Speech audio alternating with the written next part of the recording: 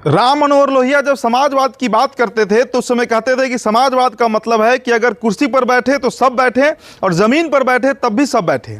ऐसा नहीं होना चाहिए कि एक व्यक्ति विशेष कुर्सी पर बैठा है और बाकी जो भीड़ है वो जमीन पर बैठी है। ये समाजवाद की परिभाषा राम मनोहर लोहिया दिया करते थे। कर्पूरी ठाकुर, जिनको भारतीय जनता पार्टी की सरकार ने, नरेंद्र मोदी की सरकार ने भारत रत्न से नवाजा, वो भी ऐसा ही परिभाषा समाजवाद का दिया करते थे।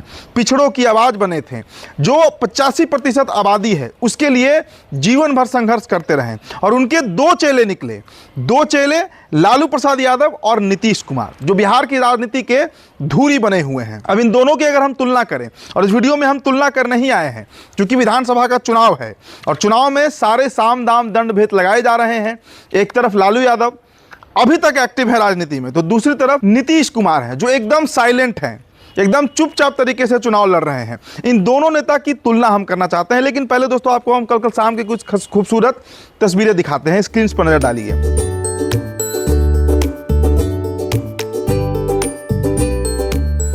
ये तस्वीरें मुख्यमंत्री आवास की है जहां पर निशांत कुमार पहुंचे हुए हैं। अब निशांत वहां पर जब पहुंचे हैं तो चूंकि दीपावली है, दीपोत्सव मनाया जा रहा है, सीएम नीतीश दिए जला रहे हैं, पूरा परिवार उनका जो है वो जुटा हुआ है। अब इस तस्वीर के मार्फत आपको हम जो कहानी बताना चाह रहे हैं आप वो समझिए। पिछले 6-8 महीने से, इस साल के शुरुआत से, जनवरी से हम भी खबर कर रहे थे कि निशांत चुनाव लड़ेंगे, राजनीति में आएंगे। जदयू के कई नेता चाह रहे हैं कि निशांत जो है वो फ्रंट पर आकर खेले, तो कभी हरनौत सीट से चुनाव लड़ेंगे, कभी इस्लामपुर से चुनाव लड़ेंगे। हुआ क्या? नीतीश कुमार के रहते ये संभव ही नहीं है कि उनके पूरे कुल खानदान का कोई भी व्यक्ति राजनीति में आ जाए। और यही सिद्धांत राम मनोहर लोहिया का था, यही सिद्धांत कर्पूरी ठाकुर का था। इधर चलिए, अब जरा आप लालू आवास पर चलिए। लालू यादव की पूरी राजनीति जो है वो उनके परिवार पर ही केंद्रित है। एक बेटा महुआ से निर्दलीय लड़ रहा है, एक बेटा सीएम का दावेदार है, एक बेटी पाटलिपुत्र से सांसद है, एक बेटी सारण से चुनाव लड़के हार चुकी हैं। हो सकता है आने वाले दिनों में उनके परिवार के और भी कई लोग, पत्नी अभी एमएलसी हैं, खुद चूंकि किसी संवैधानिक पद पर नहीं रह सकते हैं इसलिए वो शांत हैं, नहीं तो लालू प्रसाद यादव भी चुनावी मैदान में होते या किसी संवैधानिक पद पर बैठे हुए होते। मैं तुलना कर रहा हूं, मैं उस मुद्दे का, मैं उस मतलब समाजवाद की तुलना कर रहा हूं जो कर्पूरी ठाकुर ने बताया, जो राम मनोहर लोहिया ने बताया। अब जरा आइए करप्शन पर। 20 सालों से नीतीश कुमार बिहार के मुख्यमंत्री हैं, 20 सालों से। लालू यादव से 5 साल अधिक समय रहे हैं मुख्यमंत्री। एक घोटाला आप बता दीजिए, एक, और दोनों पिछड़े समाज के बेटा हैं, एक यादव समाज से है, कुर्मी समाज से हैं। आप बिहार के पिछले 20 साल के ट्रैक रिकॉर्ड से उठाकर एक करप्शन या घोटाला बता दीजिए जिसमें सीधे तरीके से आरोपित हो नीतीश कुमार या अप्रत्यक्ष रूप से भी आरोपित नीतीश कुमार आपको लगते हो। मिलेगा ही नहीं। आप सृजन का नाम लीजिएगा कि सृजन घोटाला हुआ भागलपुर में 13,000 करोड़, और क्या निष्कर्ष निकला, कहाँ नीतीश कुमार उसमें आए। लेकिन चारा घोटाला में तो सजायाफ्ता हो गए लालू यादव। अब उनके जो समर्थक हैं, जो तथाकथित आरजेडी लवर्स हैं, वो कहेंगे कि जगन्नाथ मिश्रा ने घोटाला किया होगा घोटाला उन्होंने। मैं इस बात से इनकार नहीं करता हूँ, लेकिन हिस्सा तो लालू जी भी खाए थे। अच्छा छोड़िए चारा घोटाला, IRCTC घोटाला, नौकरी के बदले जमीन लेने वाला घोटाला। जब रेलवे मिनिस्टर थे लालू यादव तो रेल में नौकरी के बदले ग्रुप डी की जो नौकरी दी जा रही थी उसके बदले जमीन तो लिखवाया जा रहा था ना। अब तो राउज एवेन्यू कोर्ट भी इस बात को मान रहा है, चार्जशीट हो चुका है, 10 नवंबर को फैसला आना, हो सकता है फिर सजायाफ्ता पूरा परिवार हो जाए। अब ये तुलना भी आप समझ गए। अब आइए लॉ एंड ऑर्डर पर। लॉ एंड ऑर्डर और असली समाजवाद क्या है। लालू ने बोलने का जुबान दिया, बैठने का कुर्सी दिया। आपको दोस्तों हम एक तस्वीर दिखाते हैं, पहले आप ये वीडियो देखिए। जिस सामंतवाद की बात लालू यादव करते हैं, सामंतवाद, फ्यूडलिज्म,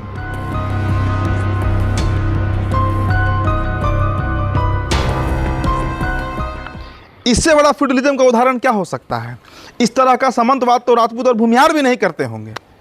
साहब कुर्सी पर बैठे हुए हैं, टांग टेबल पर चढ़ाए हुए हैं। ये तस्वीर आप देखिए ना, मुझे बताने की जरूरत नहीं है। और उनके जो चेले चपाटी हैं, जो टिकट चाहते हैं, जो उनके भक्त हैं, वे हाजिरी लगा रहे हैं। बस कमी यहाँ पर क्या चीज़ का है, एक थाल में कपूर में आरती और घंटी, बस इसी की कमी यहाँ पर मतलब दिख रही है।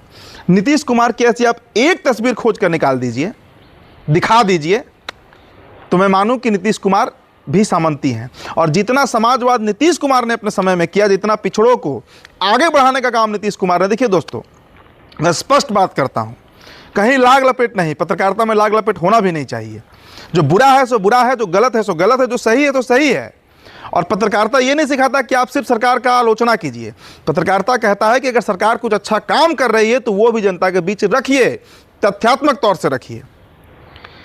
पिछड़ों को रिजर्वेशन देना, महिलाओं को आरक्षण देना, और पिछले 20 सालों में आप बताइए कि कितने जातीय नरसंहार हुए हैं बिहार में, जाति के नाम पर कितनी लड़ाई हुई है बिहार में। और उसके पिछले 15 साल का आप रिकॉर्ड उठाकर देख लीजिए, सैकड़ों से अधिक, 100 से अधिक नरसंहार बिहार में हुआ जाति के नाम पर। भूमिहार किसी को मार रहा है, जो अनुसूचित जाति के लोग हैं वो नक्सली बने हुए हैं। कौन करवा रहा था ये सब, और कैसे नीतीश कुमार के आते खत्म हो गया अचानक से।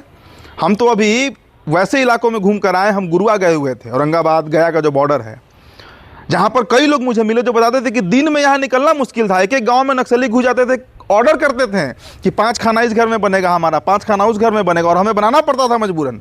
नीतीश कुमार आए, ऐसा रोड बनवाए कि पूरा कहानी खत्म हो गया नक्सल का। लॉ एंड ऑर्डर को इतना दुरुस्त कर दिए कि नक्सली कहाँ गायब हुए बिहार से पता ही नहीं चला। तो किस समाजवाद की बात करते हैं लालू यादव और उनकी पार्टी। चंपा विश्वास कांड कौन नहीं जानता है, हेमलता यादव और उनके पुत्र। कौन नहीं जानता है शिल्पी गौतम हत्याकांड, कितना कांड हुआ उस समय गिनती ही नहीं है। नीतीश के आते खत्म कैसे हो गया, क्या जादू कर दिया नीतीश कुमार ने। मैं ये वीडियो इसलिए बना रहा हूं क्योंकि कल तेजस्वी यादव एक वीडियो बनाए, और तेजस्वी यादव आकर उसमें कह रहे हैं कि 20 साल के अंधकार को खत्म करना है। आइए हम सब मिलकर ये प्रण लें कि इस बार 20 साल के इस अंधकार को मिटाएंगे, नया बिहार बनाएंगे।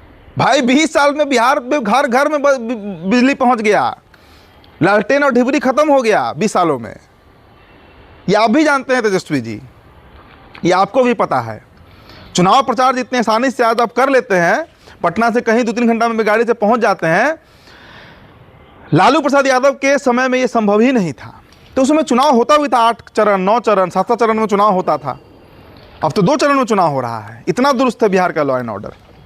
मैं ये नहीं कह रहा हूँ कि नीतीश कुमार ने सब सही कर दिया, लेकिन इतना तो जरूर कर दिया कि कम से कम बिहारी अब गाली नहीं है। किस अंधकार से बाहर निकालने की बात कर रहे हैं तेजस्वी यादव। भाई जिस परिवार में सिर्फ परिवारवाद है, जिस नेता का सिर्फ परिवारवाद, सिर्फ करप्शन, सिर्फ बेइंतहा मतलब अपराध चरम पे था जिसके शासनकाल में, उस पार्टी के नेता किस लॉ एंड ऑर्डर की बात कर रहे हैं, किस अंधकार की बात कर रहे हैं। तो मिला जुला कर स्थिति समझिए कि राम मनोहर लोहिया हुए चाहे कर्पूरी ठाकुर हुए, इनके असली चेला कौन थे और इनके पद चिन्हों पर असली में चला कौन, नीतीश कुमार चले या फिर लालू प्रसाद।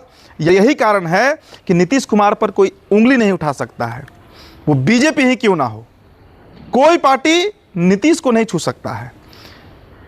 ये बात मैं डंके की चोट पर कह रहा हूं, और मैं नीतीश कुमार के फेवर में नहीं बोल रहा हूं, मैं बिहार के फेवर में बोल रहा हूं। बिहार में भूमिहार से लेकर, और मैं दोस्तों गया था गया के आंध्रा गांव में, बाराचट्टी में पड़ता है, 8000 मुसहर का परिवार रहता है उस गांव में, 8000 मुसहर का परिवार है। कई महिलाएं मुझे वहां मिली जो जीविका के मार्फत आज खाद का दुकान खोली है, कोई दवा का दुकान खोला है, कोई सिलाई मशीन का काम कर रहा है। ये ताकत नीतीश कुमार ने अनुसूचित जाति के महिलाओं को दिया। कि लालू के समय लालू यादव भगवती देवी को बना दिए तो सांसद तो हो गया, पूरे समाज का कल्याण हो गया। एक व्यक्ति से समाज का कल्याण होता है। रिप्रेजेंटेशन के नाम पर लालू यादव और उनकी पूरी पार्टी ने सिर्फ बिहार को मूर्ख बनाया था और कुछ नहीं। ये सच्चाई है। अब कई लोग इस पर बड़ा तगड़ा रिएक्शन देंगे मेरे कमेंट बॉक्स में आकर। आपके स्वतंत्र हैं, हमारा पोर्टल स्वतंत्र है, आप यहाँ लिख सकते हैं, कह सकते हैं, लेकिन इस बात का आकलन बिहार की जनता को करना होगा, क्योंकि बिहार का चुनाव सर पर है। और मैं किसी पार्टी की तरफ से नहीं, और ना मैं अभी पत्रकार होकर बात कर रहा हूँ, मैं एक आम बिहारी के जुबान की बात कर रहा हूँ जो बिहार में चल रहा है। फिलहाल दोस्तों इस चर्चा में, इस रिपोर्ट में इतना ही। मेरा नाम उदित तारण है, द बिहार टॉपर वीडियो आप देख रहे थे। बहुत बहुत शुक्रिया।